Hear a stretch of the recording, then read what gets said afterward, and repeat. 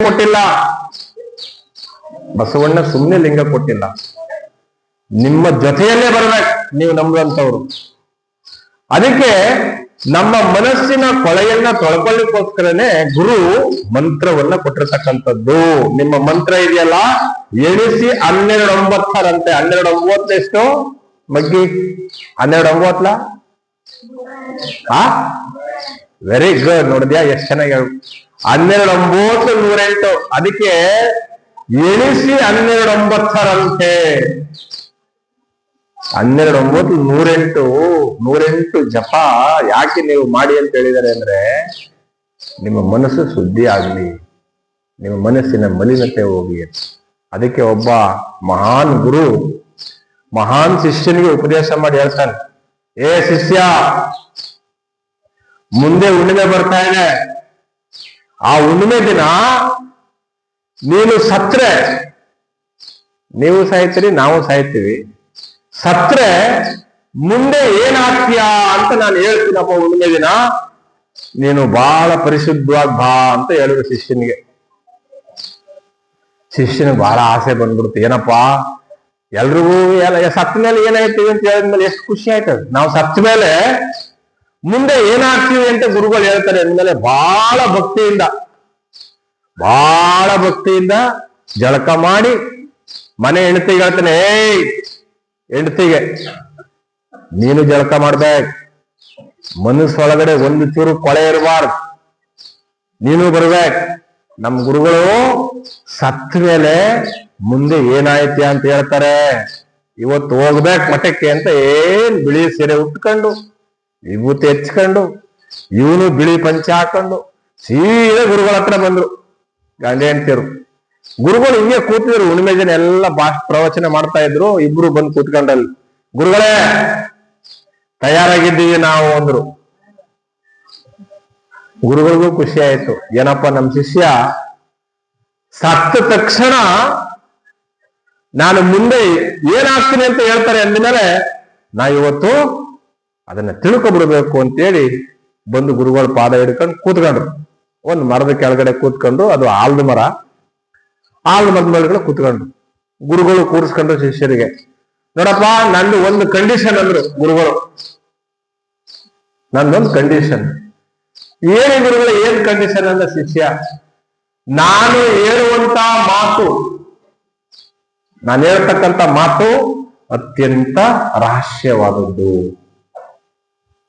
ಬಹಳ ರಹಸ್ಯವಾದದ್ದು. ನೀನು ಒಂದು ಕ್ಷಣನೂ ಚಿತ್ತ ಮನಸ್ಸನ್ನ ಅಚ್ಚಗಿತ್ತಾಗಿ ಒಂದು ಕ್ಷಣನೂ ಹೊರೆಯಾಗಿ ಬಿಡಬಾರ್ದು, ಹಂಗ್ ಕುತ್ಕೋಬೇಕು ಅಂದ್ರು ಗುರುಗಳು. ಶಿಷ್ಯ ರೆಡಿಯಾಗಿ ಬಂದಿದ್ದೀನಿ ಗುರುಗಳೇ, ಚಿತ್ತ ಒಂದು ಚೂರು ಇಚ್ಛೆಗತ್ತಾಗ ಅದಾಡಾಗಿಲ್ಲ, ಹಂಗ್ ಕುಂತು ಬಿಡ್ತೀನಿ ಅಂತ ಹೇಳ್ದ ಗುರುಗಳಿಗೆ. ಗುರುಗಳು ಏನು ನನ್ನ ಶಿಷ್ಯ ಹೇಳ್ತಾವನಲ್ಲ ಅಂತೇಳಿ ಮರದ ಕೆಳಗಡೆ ಕೂರಿಸ್ಕೊಂಡ್ರು. ಸ್ಟಾರ್ಟ್ ಮಾಡಿದ್ರು, ಉಪದೇಶ ಸ್ಟಾರ್ಟ್ ಮಾಡಿದ್ರು ಗುರುಗಳು. ರಹಸ್ಯವಾಗಿರ್ತಕ್ಕಂಥ ವಿಚಾರ ಶುರು ಮಾಡಿದ್ರು. ಹೆಂಗ್ ಶುರು ಮಾಡಿದ್ರು? ಗರ್ಭದಲ್ಲಿರ್ತಕ್ಕಂತಹ ಹೆಣ್ಣು ಮಕ್ಕಳು ಗರ್ಭ ಧರಿಸಿದಂತಹ 1 ತಿಂಗಳಿಗೆ ಏನಾಗುತ್ತೆ, 2 ತಿಂಗಳಿಗೆ ಕೂಸೊಳಗಡೆ ಏನಾಗುತ್ತೆ, 3 ತಿಂಗಳಿಗೆ ಏನಾಗುತ್ತೆ, 5 ತಿಂಗಳಿಗೆ ಏನಾಗುತ್ತೆ, 9 ತಿಂಗಳಿಗೆ ಏನಾಗುತ್ತೆ, 9 ತಿಂಗಳು ಗರ್ಭದಿಂದ ಈಚೆಗೆ ಬಂದ ಮೇಲೆ ಏನಾಗುತ್ತೆ ಅಂತ ಸ್ಟಾರ್ಟ್ ಮಾಡಿದ್ರು ಗುರುಗಳು. ಇವನು ನೆಟ್ಟಿಗೆ ಕೂತಿದ್ದ, ಕೇಳ್ತಲ್ಲ, ಎಲ್ಲ ಬಹಳ ನೆಟ್ಟ ಕೂತಿದ್ದ. ಆದ್ರೆ ಏನಾಗುತ್ತೆ ಅಂದ್ರೆ, ಆ ಮರ ಇತ್ತಲ್ಲ, ಆಲ್ದ ಮರದ ಕೆಳಗೆ ಕೂತಿದ್ನಲ್ಲ, ಆ ಮರದ ಪಟರೆ ಒಳಗಡೆ ಒಂದು ಇಚ್ಛಾಪತಿ ಏನ್ ಮಾಡ್ತಿತ್ತು, ಈಚೆಗೆ ಬರೋದು ಒಳಕ್ ಹೋಗೋದು, ಈಚೆಗೆ ಬರೋದು ಒಳಕ್ ಹೋಗೋದು ಮಾಡ್ತಿತ್ತು. ಯಾವುದು ಇಚ್ಛಾಪತಿ? ಇಲಿ ಅಂತಿರಲ್ಲ. ಇವ ನೆಟ್ಟ ಕೂತಿದ್ದವನು, ಗುರುಗಳು ಏನ್ ಹೇಳ್ತಾರೆ ಕೇಳ್ತಾ ಕೂತಿದ್ದವನು ತಟ್ ಅಂತ ಮರದ ಪಟ್ರ ಕಡೆ ಹೊಂಟೈತಿ. ಯಾವುದು ಮನಸ್ಸಿತ್ತಲ್ಲ, ಇವನ್ ಕೇಳ್ತಿದ್ನಲ್ಲ, ಆ ಇಚ್ಛಾಪತಿ ಈಚೆಗೆ ಬರೋದು ಒಳಕ್ ಹೋಗೋದು ಮಾಡ್ತಿತ್ತಲ್ಲ, ಒಂದು ಕ್ಷಣದಲ್ಲಿ ಆ ಪಟ್ರ ಕಡೆ ಹೊಂಟೈತಿ. ಹೊರಟಾದ್ಮೇಲೆ ಗುರುಗಳು ಎಲ್ಲವನ್ನ ಬೋಧನೆ ಮಾಡಿ ಹೇಳಿದ್ರು, ಶಿಷ್ಯ ಎಲ್ಲ ಗೊತ್ತಾಯ್ತೇನಪ್ಪ ಅಂತ ಕೇಳಿದ್ರು. ಆಗ ಅವನ್ನಂತೆ, ಹೌದು ಗುರುವೆ, ಎಲ್ಲ ಗೊತ್ತಾಯ್ತು, ಬಾಲ ನೋಡಿ ಇಚ್ಛೆ ಪಟ್ಟು ಬಾಲ ಒಂದ್ ಸ್ವಲ್ಪ ಈಚೆ ಉಳ್ಕೊಂಡ್ಬಿಟ್ಟಿದೆ ನೋಡಿ ಕೊಟ್ರಲ್ಲಿ ಅನ್ನ.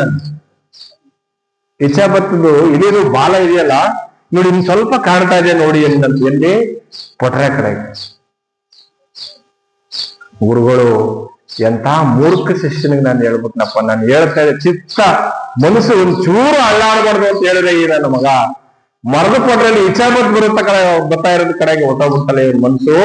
ನಾನು ಹೇಳಿದ್ದೆಲ್ಲ ಬಹಳ ವೇಸ್ಟ್ ಆಯ್ತಲ್ಲ ಅಂತ ತಲೆ ಬಿಡ್ಕತಾ ಇದ್ರಂತೆ ಗುರುಗಳು. ಆ ಟೈಮ್ ಒಬ್ಬ ಶಿಷ್ಯ ಇವ್ರಿಬ್ರು ಬರೋಕ್ ಮೊದ್ಲಾಗೆ ಮರ ಏರ್ ಕೂತ್ಕೊಂಡು ಎಲೆ ಬಿಡಿಸ್ತಾ ಇದ್ನಂತ ಅವನು. ಪತ್ರವಳಿ ಎಲೆಗಳು ಕಟ್ಟಕ್ಕೆ ಎಲೆ ಬಿಡಿಸ್ತಿದ್ದಂತ ಮೇಲೆ ಅವಾಗ ಕೆಳಗೆ ಇಳಿದು ಬಂದಂತೆ, ಗುರುಗಳೇ ನೀವ್ ಹೇಳಿದ್ದನ್ನ ಚಾಚು ತಪ್ಪದೆ ನಾನು ಕೇಳಿಸ್ಕೊಂಡೆ, ನಾನು ಸತ್ತ ಮೇಲೆ ಏನಾಯ್ತೀನಿ ಅಂತ ನನಗೆ ಗೊತ್ತಾಯ್ತು ಗುರುಗಳೇ, ನಿಜವಾಗ್ಲೂ ಧನ್ಯನಾದೆ ಅಂತೇಳಿ ಮ್ಯಾಲು ಕೂತಿದವನು ಕೆಳಕ್ ಬಂದು ಏಕ್ಸ ಅಡ್ಡಿ ಬಿದ್ದಂತ ಗುರುಗಳಿಗೆ. ಈ ಮುದವಿ ಇತ್ತಲ್ಲ, ಬಿಳಿ ಪಂಚ ಉಟ್ಕೊಂಡು ಬಂದಿತ್ತಲ್ಲ, ಇದು ಮರದ ಪೊಟ್ರೆ ಕಡೆಗೆ ಇಚ್ಛಾಪತ್ ಕಡೆಗೆ ಹೊಟ್ಟಾಯ್ತ. ಅದ್ರ ಅರ್ಥ ಏನು ಅಂದ್ರೆ, ಮನಸ್ಸನ್ನ ಒಂದು ಚೂರು ನಾವು ಅತ್ತಗಿತ್ತಾಗಿ ಅರಿಲಿಕ್ಕೆ ಬಿಡಬಾರ್ದು. ಅತ್ತಲಿತ್ತ ಅರಿಯುವ ಮನವ ಚಿತ್ತದಲ್ಲಿ ನಿಲ್ಲಿಸಬಲ್ಲೊಡೆ. ನಾವು ಆ ಕಡೆ ಈ ಕಡೆ ಅರಿತಕ್ಕಂಥ ಮನಸ್ಸಿನ ಒಂದು ಕ್ಷಣ ನಿಲ್ಲಿಸಿದ್ರೆ ಸಾಕ್ಷಾತ್ ಶಿವೇರಿ ಸ್ವಾಮಿಗಳು, ಮಾದೇವ ಸ್ವಾಮಿಗಳು ಅಲ್ಲೇ ಪ್ರತ್ಯಕ್ಷ ಆಗ್ಬಿಡ್ತಾರೆ. ಅಲ್ಲೇ ಪ್ರತ್ಯಕ್ಷ ಆಗ್ಬಿಡ್ತಾರೆ, ಎಲ್ಲೂ ಹುಡುಕದೇ ಬೇಡ, ಅಲ್ಲೇ ಪ್ರತ್ಯಕ್ಷ ಆಗ್ಬಿಡ್ತಾರೆ.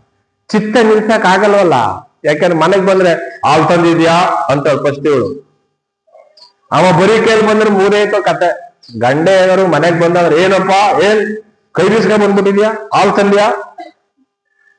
ಹಾಲ್ ತಂದಾಯ್ತು, ಬಿಸ್ಕೆಟ್ ಹಾಕ್ತಿರ್ಲಿಲ್ಲ, ಅಷ್ಟಕ್ಕೂ ನಿಲ್ಲಲ್ಲ. ಬಿಸ್ಕೆಟ್ ತಂದ್ರೆ ಮಕ್ಳು ಬ್ರೆಡ್ ಬೇಡವ? ಪುಲಿಸ್ ಸ್ಟಾಪೇ ಇಲ್ಲ, ಪುಲಿಸ್ ಸ್ಟಾಪೇ ಇಲ್ಲ. ಅದಕ್ಕೆ ಮನಸ್ಸನ್ನ ನಿಲ್ಲಿಸ್ಬೇಕು ಅಂದ್ರೆ ಗುರುಗಳು ಮಾದೇವ ಸ್ವಾಮಿಗಳು ಹೇಳ್ತಾ ಇದ್ರು, ಅವ್ರು ಕೂತ್ಕೊಂಡಾಗ ಭಜನೆಗೆ ಹೇಳ್ತಾ ಇದ್ರು, ಮನಸ್ಸು ನಿಲ್ಲುವ ಮಾತ್ರ ಕೊಡಬೇಕು ದಯ ಮಾಡಿ ಗುರುವೇ, ಮನಸ್ಸು ನಿಲ್ಲುವ ಮಾತ್ರ ಕೊಡಬೇಕು. ಅಲ್ಲಿ ಸೇಡಂಗೋ ಕಲಬುರಗಿಗೆ ಹೋಗಿ ಮೆಡಿಕಲ್ ಶಾಪಲ್ಲಿ ಮನಸ್ಸು ನಿಲ್ಲುವ ಮಾತ್ರೆ ಕೊಡಬೇಕು ಹೋಗ್ಬಿಟ್ಟು ಮನಸ್ಸು ನಿಲ್ಲುವ ಮಾತ್ರೆ ಕೊಡಿ ನೋಡೋ ಕೊಡ್ತಾರ? ಎಲ್ಲಾದ್ರೆ ಮೆಡಿಕಲ್ ದುಕಾನ್ಗೆ ಹೋಗ್ಬಿಟ್ಟು ಮನಸ್ಸು ನಿಲ್ಲುವ ಮಾತ್ರೆ ಕೊಡು, ಗೋಲಿ ಕೊಡು, ನಿಲ್ಲುವ ಮಾತ್ರೆ ಕೊಡಬೇಕು ಎಣಿಸಿ 12 12 ಅಂದ್ರೆ 108 ಮಂತ್ರ. ಮಾತ್ರೆ ಅಂದ್ರೆ ಗೋಲಿ ಅಂದ್ರೆ ಗುರು ಹೇಳ್ತಿರೋದು ಮಂತ್ರ. ಗುರು ಮಂತ್ರನೇ ಗೋಲಿ ನಿಮ್ಗೆ ಮನಸ್ಸು ನಿಲ್ಲಕ್ಕೆ, ಇನ್ಯಾವ ಗೋಲಿ ಎಂದು ಸಾಧ್ಯ ಇಲ್ಲ. ಯಾರು ಬೆಳಿಗ್ಗೆ ಎದ್ದು 108 ಸಾರಿ ಗುರು ಕೊಟ್ಟ ಮಂತ್ರವನ್ನ ಜಪಿಸ್ತಾರೋ ಅವ್ರಿಗೆ ಮಾತ್ರ ಸಾಧ್ಯ ಮನಸ್ಸು ನಿಲ್ಲಿಸ್ಲಿಕ್ಕೆ. ನಿಮ್ಗೆ ಯಾರ ಕೈಲೂ ಸಾಧ್ಯ ಇಲ್ಲ, ಯಾವ ದವಾಖಾನೆಯಲ್ಲೂ ಆಗಲ್ಲ, ಯಾವ ಮೆಡಿಕಲ್ ಶಾಪಲ್ಲೂ ಆಗಲ್ಲ. ಯಾವುದು? ಮನಸ್ಸು ನಿಲ್ಲುವ ಮಾತ್ರೆ. ಮನಸ್ಸು ನಿಲ್ಬೇಕು. ಮನಸ್ಸು ನಿಲ್ಲಿಲ್ಲ ಅಂದ್ರೆ ನೀವ್ ಏನ್ ಸಾಧನೆ ಮಾಡ್ಲಿಕ್ಕೂ ಆಗಲ್ಲ. ನೇಲ್ ಹಿಡ್ಕೊಂಡು ಗಳ ಹಿಡ್ಕೊಂಡು ಹೊಲ ಉಳ್ತಾ ಇರ್ತಾನೆ, ಮನಸ್ಸು ನಿಲ್ಲಿಸ್ಬೇಕು. ಎಲ್ಲಿ ನಿಲ್ಲಿಸ್ಬೇಕು? ಗಳ ಹೊಡಿತಕ್ಕಂಥವ್ನು ಕುಂಟೆ ಹಿಡ್ಕೊಂಡು ಮನಸ್ಸು ಎಲ್ಲಿ ನಿಲ್ಲಿಸ್ಬೇಕು? ಅವನು ಮನಸ್ಸನ್ನ ಕರೆಕ್ಟ್ ಆಗಿ ನಿಲ್ಲಿಸ್ಲಿಲ್ಲ ಅಂದ್ರೆ ಆ ಎತ್ತುಗಳ ಕಾಲು ಹೊಟ್ಟೋಗ್ಬಿಡ್ತದೆ. ಅದು ಯಾವುದು? ಕುಂಟಿ. ಮನಸ್ಸನ್ನು ನಿಲ್ಲಿಸ್ಬೇಕು. ಮನಸ್ಸು ನಿಲ್ಲುವ ಮಾತ್ರೆ ಕೊಡಬೇಕು ದಯಮಾಡಿ ಗುರುವೇ. ಅದಕ್ಕೆ ಈಗ ಎಷ್ಟು ದಿನ ಆಯ್ತು ಮಾತ್ರೆ ಕೊಡ್ತಾ ನಾವೀಗ ಇಲ್ಲಿ? ಎಷ್ಟು ದಿನ ಕೊಡ್ತಾವೆ? ಎಷ್ಟು ದಿನ ಇವತ್ತಿಗೆ? 8 ದಿವಸದಿಂದ ನಿಮ್ಗೆ ಮನಸ್ಸು ನಿಲ್ತಕ್ಕಂಥ ಗೋಲಿ ಕೊಡ್ತಾ ಇದ್ದೀವಿ. ಮನಸ್ಸು ನಿಂತಿದೆ. ಯಾರು ಈ ಮಠದೊಳಗಡೆ ಪ್ರವೇಶ ಮಾಡಿ ಬಂದಿದ್ರಲ್ಲ, ನಿಮ್ಮೆಲ್ಲರೂ ಮನಸ್ಸು ನಿಂತಿದೆ ಅಂತ ಅನ್ಕೊಂಡಿದ್ದೀನಿ ನಾನು. ಇಲ್ಲ ಅಲ್ಲೇನೋ ಸೌಂದರ್ಯ ಇಟ್ಟು ಬಂದಿದ್ದೀನಿ, ಅಲ್ಯಾವ್ದೋ ಏನೋ ಬಾರಿಗೆ ಅಲ್ಲೇ ಬಿಟ್ಟು ಬಂದಿದ್ದೀನಿ, ಅದೇನು ಅಲ್ಲಿ ಮಡಗಿದ್ದೀನಿ ಅಂದ್ರೆ ಅದು ಅರ್ಥ ಗೊತ್ತಾಯ್ತದೆ. ಹೇಳಿದ್ನಲ್ಲ ಪೊಟ್ರೆ ಇಚ್ಛಾಬತ್ ಕಡೆ ಗೊತ್ತಾಯ್ತದೆ. ನೀವು ಮನಸ್ಸನ್ನ ನಿಲ್ಲಿಸ್ಬೇಕು ಅನ್ನೋದೇ ನಮ್ಮ ಇವತ್ತಿನ ಬಸವಾದಿ ಶರಣರ ಪರಂಪರೆಯಲ್ಲಿ ಬಂದಂತ ಉರ್ಲಿಂಗ ಪೆದ್ದಿ ಪರಂಪರೆ. ಮನಸ್ಸು ನಿಲ್ತಕ್ಕಂಥ ಪರಂಪರೆಗೆ ನಿಮಗೆ ವಚನ ಸಾಹಿತ್ಯವನ್ನು ಕೊಟ್ಟಿದ್ದಾರೆ. ಪೂಜ್ಯ ಸಿದ್ಧ ಬಸವ ಕಬೀರ್ ಮಹಾಸ್ವಾಮಿಗಳು ಬಂದಿದ್ದಾರೆ. ಬಹಳ ಅದ್ಭುತವಾದಂತಹ